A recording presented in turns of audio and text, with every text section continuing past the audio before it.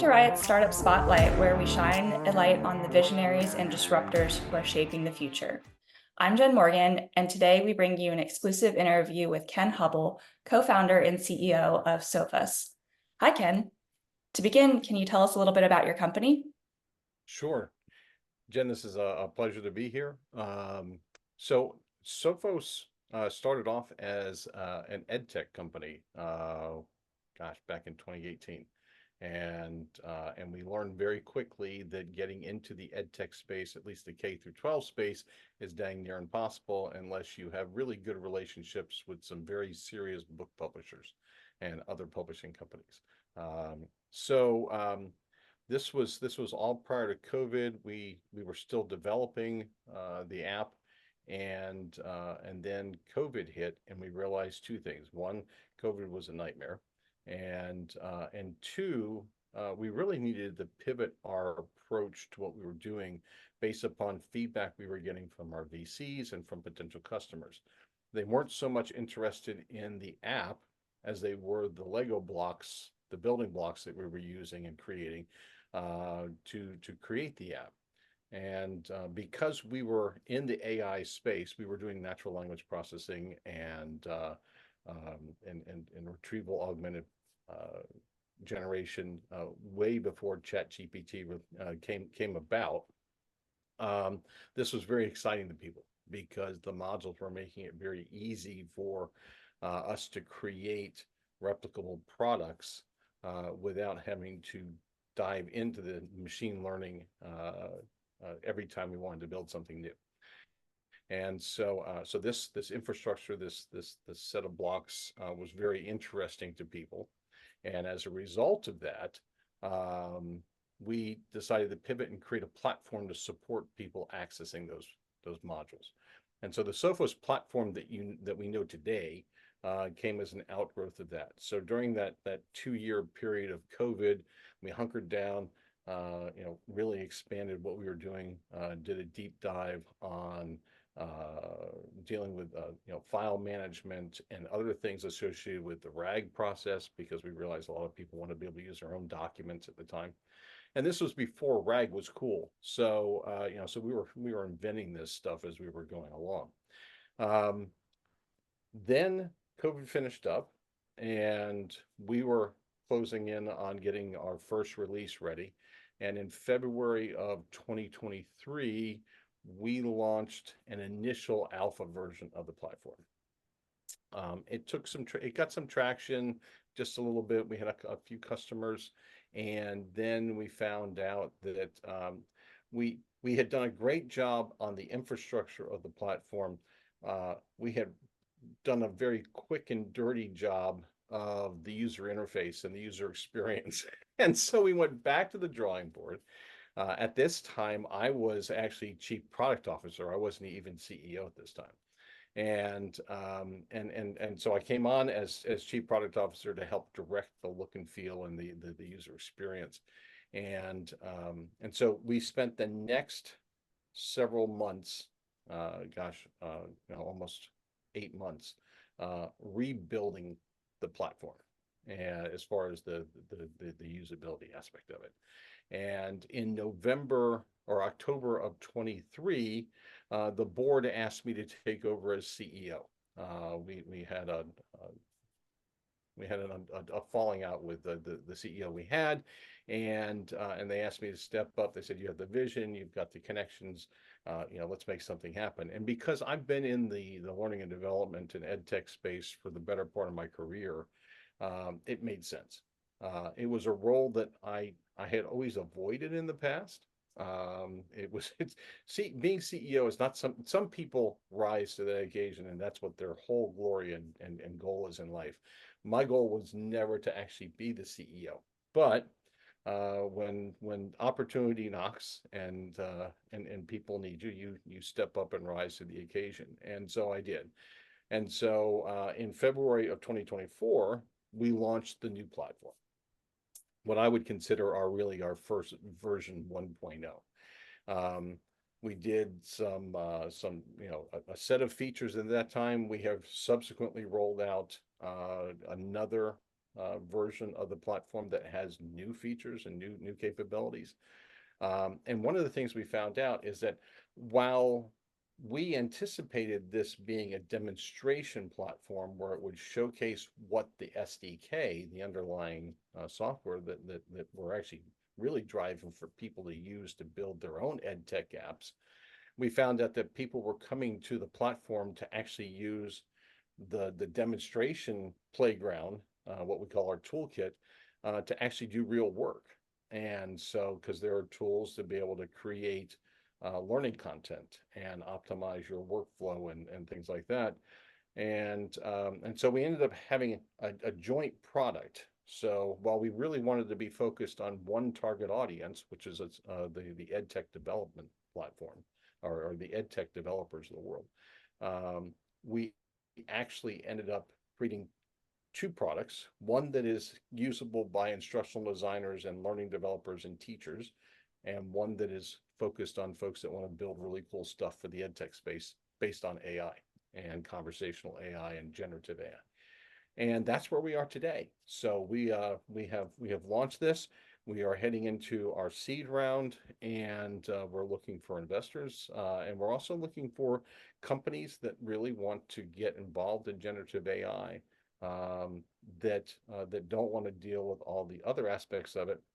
And because we have a very secure platform that also now has on-prem capability, on-premises capability, we can truly offer a secure and reliable platform where many others aren't. Interesting. That's really cool.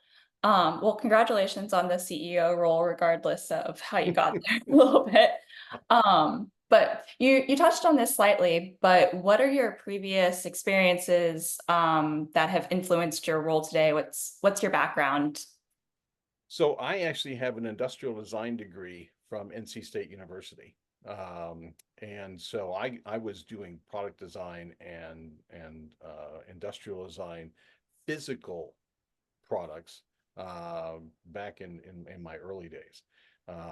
And one of the things that came as an outgrowth of that is I also got into doing video production and animation, and I found out I was really good at doing explainer videos, is what we called them back then. And so I got into doing a lot of computer animation, 3D animation, and things like that. Did some work for the EPA early on in my career, and then I joined a company in Raleigh called Textile Clothing Technology Corporation.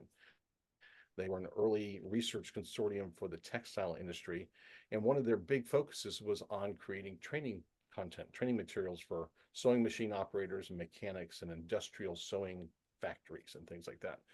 And so I had the opportunity to be involved in that. First, I was explaining how the guts of these machines worked and doing 3D animations and cutaways. But I eventually evolved into doing the coding and the design for instructional programs. And so that eventually led to doing simulations and other work. I was on the team that helped build Shockwave 3D, which was the first real-time 3D on the web. It was originally Macromedia that then became Adobe. We built a 3D authoring tool that that was parallel to the actual software that Adobe was selling. And so that was my really first foray into doing product, as in software product, the whole cycle of build, test, release, and so I got a chance to really get involved in that, and it was some pretty exciting times. And so we did simulations and 3D work for Caterpillar and Lockheed Martin and other companies that were that wanted to be able to explain what it is their products did, or to have people actually try them out. Interesting. Yeah, so that's how I got started in this whole product design thing. Yeah, definitely. Well, I think that you talked a little bit about kind of how you got here, but originally, like the next question is how did, what inspired you to start your own company? But I think that you touched that you didn't necessarily start this, but What made you want to join this business and help see this evolution and become CEO at this point? Yeah. So I had reached the point in my career. I was working for Wells Fargo at the time, and Nick Carinos, my other co-founder, he and I met. I was doing some work with Alexa, the Alexa devices, and doing some natural language processing stuff, but doing it for training purposes or performance support purposes. And he and I met online, and we hit it off as far as just talking about the stuff. And he asked me to come on board as a board advisor for the learning and development space, leading into the whole application that we were going to build. And so that's how I got involved. Is I have roughly a couple of decades worth of experience in instructional design and learning and development, as well as the ed tech side of it. And so I came in as a board advisor, and so I learned a lot of things along that process as well. Interesting. Um, well, what are some of the biggest challenges that you've encountered so far as in this startup, and how did you overcome them? One of the biggest challenges when you inherit a company. So like I said, I was chief product officer and was aware of a lot of things, but there's awareness and there's actually knowing what's going on. So I had been focused on just the product, and then all of a sudden I was running this thing. And the first thing I did was try to figure out, okay, so open up all the closets, what skeletons are in there, what bodies are still laying around, and you learn very quickly that in a startup business, a lot of things get done, but they may not be being done in a way that's either the most effective Yeah, or that's been tracked well or is not convoluted. And so we had there were all sorts of items that came out to be, and a lot of it had to do with the burn rate that we had, the spend rate that the company was doing. And I couldn't figure out why we were spending so much money. I mean, we are truly a virtual company, yeah, a global virtual company. I couldn't figure out why there was such a burn rate on our capital. And so I started going through it and said, well, we really don't need this, and we really don't need this, and I don't know why we're doing this at all. And so was able to get the burn rate cut almost in half, and that was really fortunate for us. The other thing was just connecting with all of the team and getting to know them. You got to do that very quickly because you've got to keep the momentum going.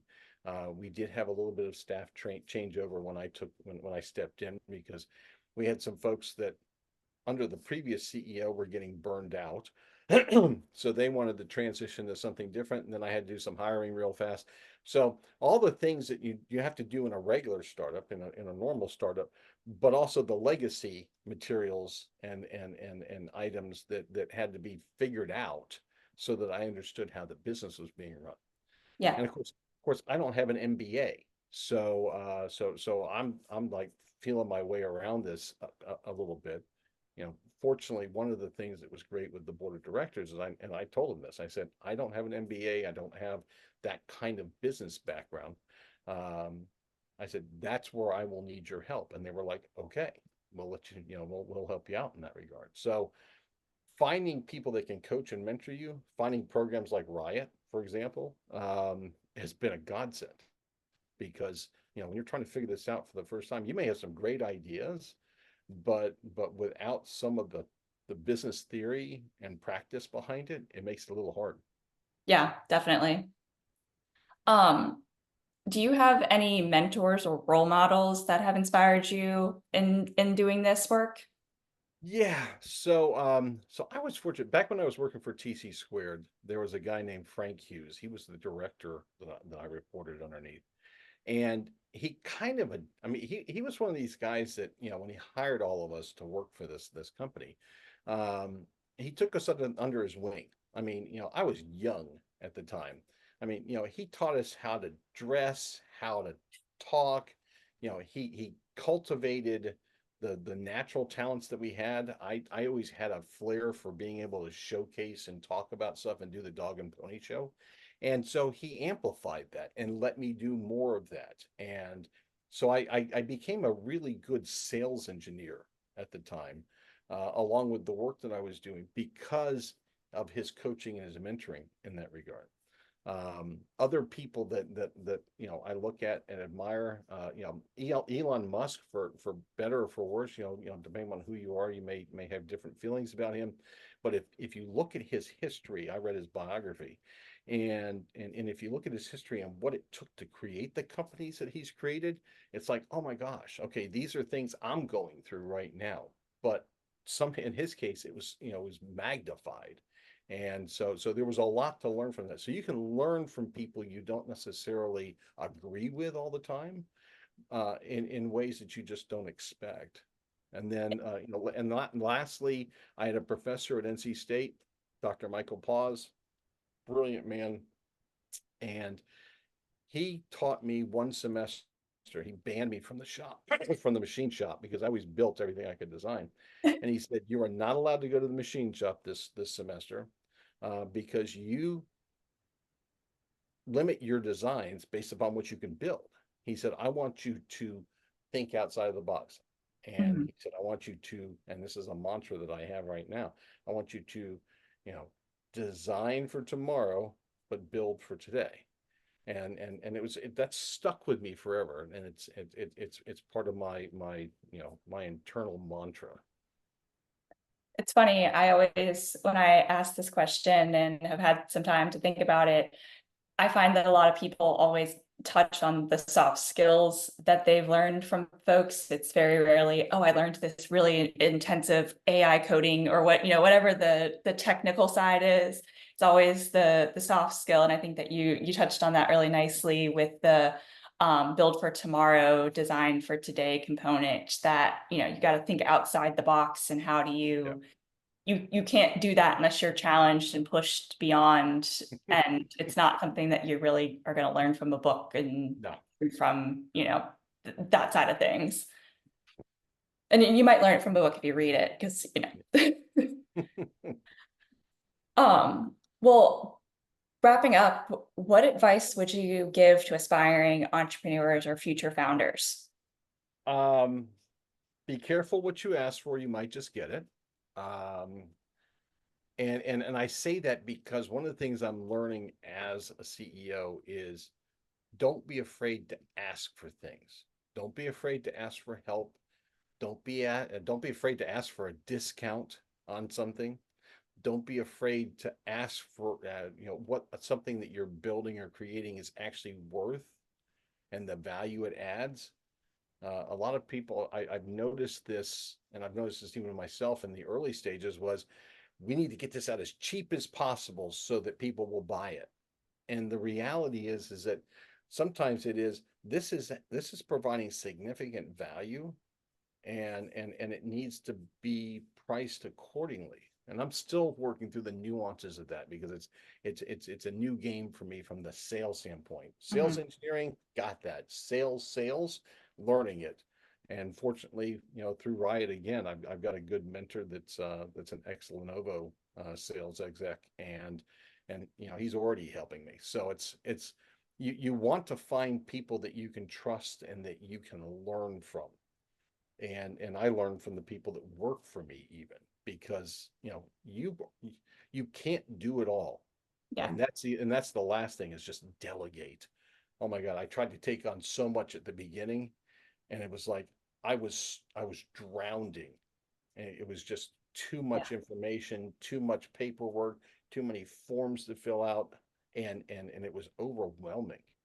And I think a lot of CEOs find that out sometimes too late, and they get totally burned out. And I can see how that would happen. So Well, that's all the questions that I have. Thank you so very much for sharing your story with us today. I hope you have you're a great rest welcome. of your day. Yeah, thanks, Jennifer. I appreciate it.